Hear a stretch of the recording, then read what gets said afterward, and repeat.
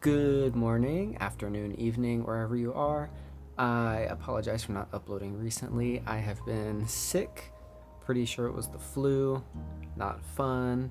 I don't recommend it. But yeah, it's been several years since I've been sick, so I guess I was due for something to come up sooner or later.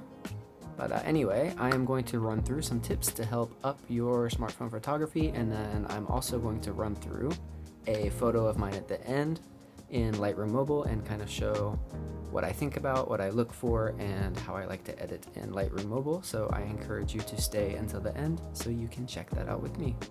But yes, let's get right into it. Tip number 1, make sure your lens is clean.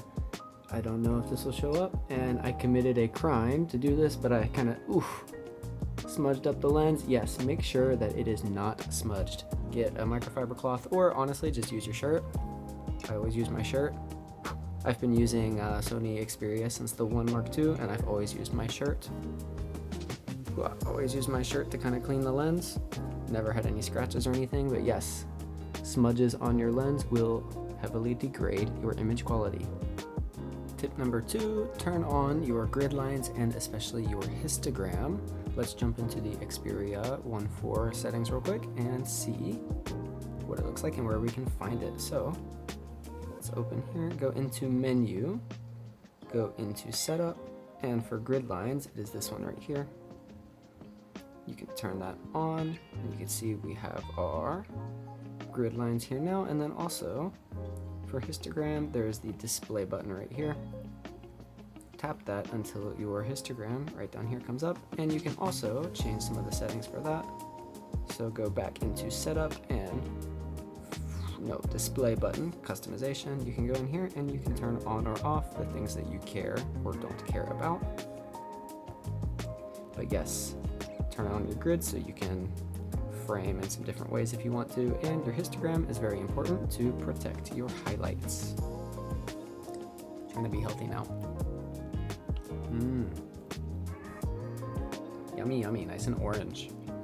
Number 3, make sure that you adjust your camera app settings and UI to match what you want to do. So let's jump into my app and see some things that I've done.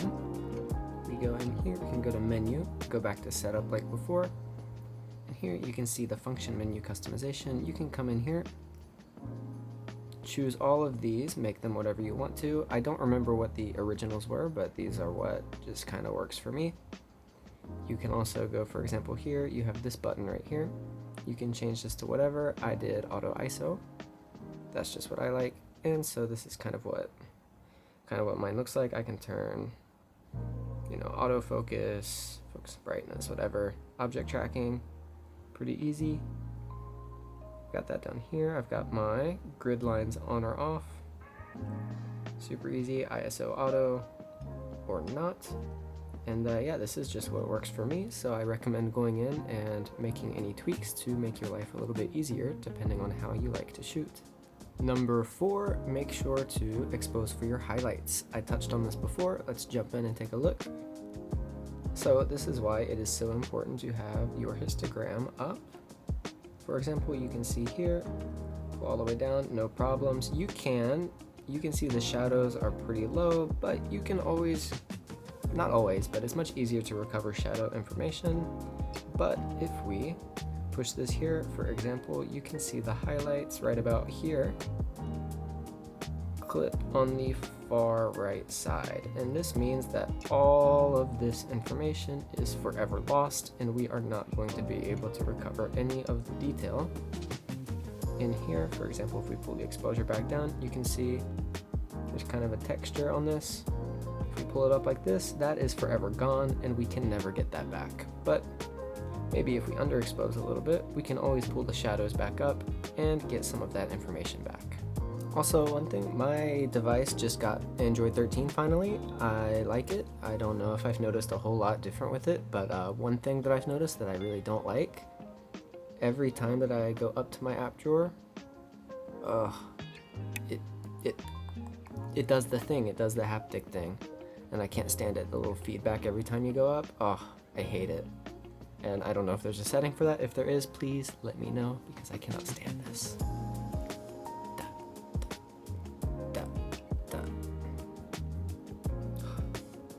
Tip number 5, use manual mode. I went over some of the things earlier, such as turning your grid lines on and also making sure your histogram is on.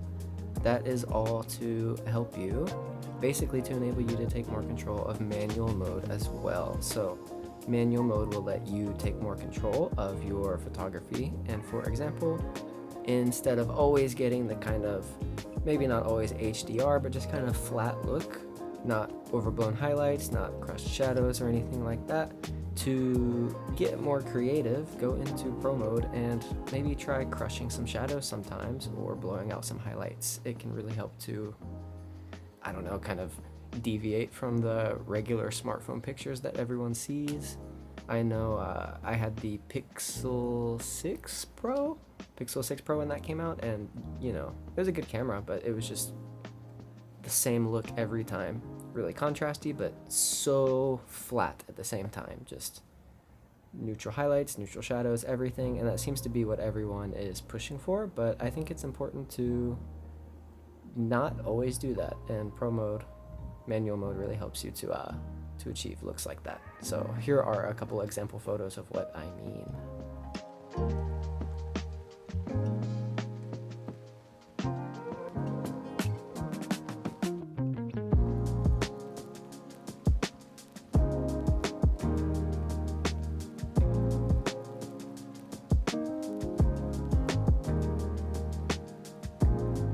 And to kind of add on to this, when taking photos, I recommend to try and contrast kind of light and dark scenes. It really helps to make photos more interesting. And like I said, instead of kind of the usual just flat look, if you find somewhere where maybe is half in really deep shadow and then half not, that could be a good spot just to try and take a picture and see what comes out of it. I know I have this one picture that I took. It was just a regular bush of flowers, but the way that the sun was kind of angling off a building cast this really harsh line shadow right through it, and I ended up taking a picture just because I thought, why not? And I ended up really liking it. So I think it's good to kind of find spots like that where the light is very contrasty between shadow and light, and yeah, I mean, take a lot of photos with a smartphone. That's what it's good at. It's good at taking a lot of photos, so definitely use that to your advantage. That leads us right into tip number 7, which is to take a lot of photos. The smartphone, it's so easy to just take photos and just save them internally, especially with Xperia. You have the external slot. Oh, not my face. Can you see? Yeah, you have your little external slot. Get yourself an SD card, a micro SD card, and shoot to your heart's content. That's the only way to get better. Practice, practice, practice. I know for me at least, I take a lot of pictures, and I usually hate all of them, but occasionally if you take enough pictures, eventually you will get 1, 2, 3, or some eventually that you like, and then you kind of learn to develop your style and what you like to look for, so that hopefully you can get more keepers as you go along. But the most important thing is to keep shooting and take a lot of photos and just practice, practice, practice. That is the best way. Okay, so now we are going to jump into Lightroom Mobile on the Xperia, and we'll jump right into this photo that I took a couple weeks ago during a portrait photo shoot. I was just walking around scouting the area out beforehand, and I saw the stairs right here. Figured I'd take a picture, so let's jump right into the phone, and I will walk you through what I was thinking while I took the picture and while editing. Okay, so here we are with the kind of final edited one that I have right here. So here's the before, here's the after. You can see quite a big difference. What I'm going to do now is go over here and just reset to import. And you can see that I had my finger in the photo down here. So the first thing we're going to do, come into crop, make sure we keep it locked, and just kind of crop to about there until my finger's gone. Thank you, goodbye. And first thing I like to do is I just have some presets made that kind of match the colors that I like, but of course you can come in and go to the colors yourself. You can come in here, grade to your heart's content, mix, and you can kind of see some of the things going on here, but yep, usually I come into the preset first, get my colors to where I like them, and then next, since these don't really have much contrast going on, I'll come in, maybe bump up the contrast a bit. Maybe we'll crush the blacks down quite a bit, bring the whites up a bit. And next, the most important thing is masking. This is where a lot of the magic happens. So let's see, first what we're gonna do. First, let's look at the photo. So I see right, kind of difficult to touch it, maybe here, but right along here, maybe here, you can see there's kind of a shadow going through. So what we're gonna do, maybe make a linear gradient, bring it up like so, come into light, maybe drop the exposure quite a bit down.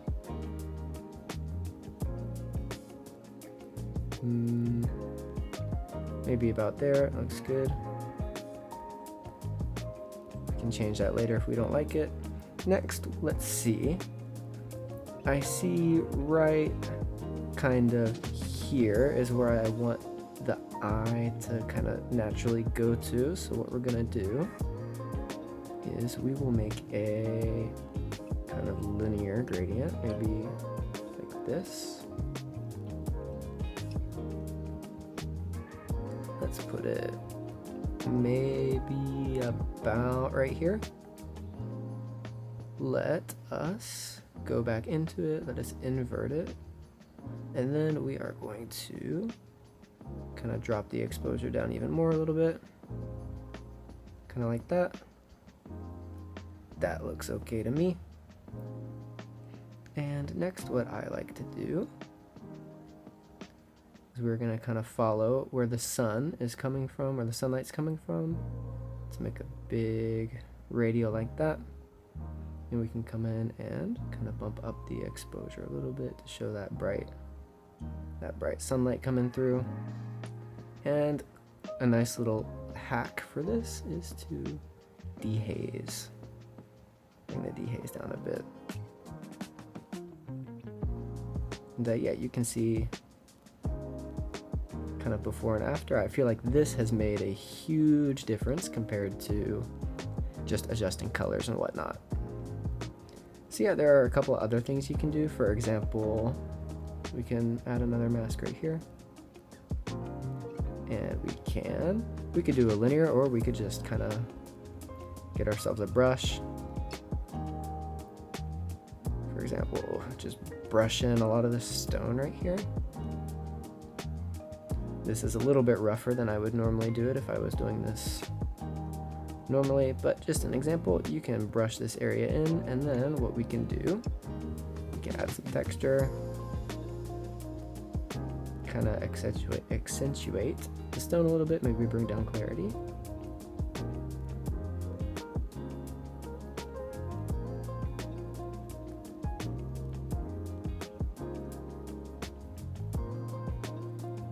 But yes, I'll be honest, I have no clue how to show with and without on Lightroom Mobile, but yes, we get the point. And then we can come in here to maybe detail, sharpen it up if we want.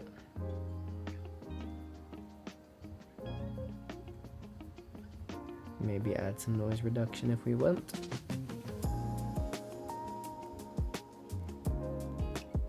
And then we can also come in here and add some grain if we feel that's what we want the picture to go for, is a nice grainy look. But yeah, I think that's about where I'm gonna stop with it. That's about to where it was before. Here's the original, and here's the edit. The original and the edit. You can see this is just a lot more of a dynamic photo. There's a lot more going on. Your eye is naturally kind of drawn to the steps here. And yeah, I mean, there's nothing really interesting over here in the shadows, and it just helps to kind of lead your eye here to the middle of the steps.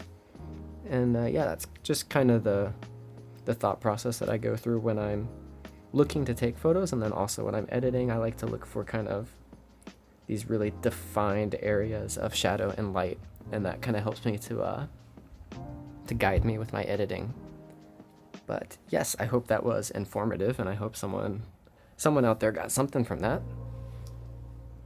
So thank you everyone for watching. Those are some of my tips and things that I like to look out for when I'm taking smartphone photos, in my case with the Xperia 1 Mark IV, but a lot of these things kind of apply to most, if not all, kind of upper tier flagship smartphones. And yeah, I mean, even the editing and things you can do with literally any smartphone. So I hope someone found something good and helpful in this video, and I appreciate you watching, and I appreciate all of my subscribers. We are at around 225 now, which is pretty cool. I never expected to kind of, I don't know, this whole thing is still kind of new to me, but it's really cool and it's really humbling. So thank you all for being here, and I hope you have a great day.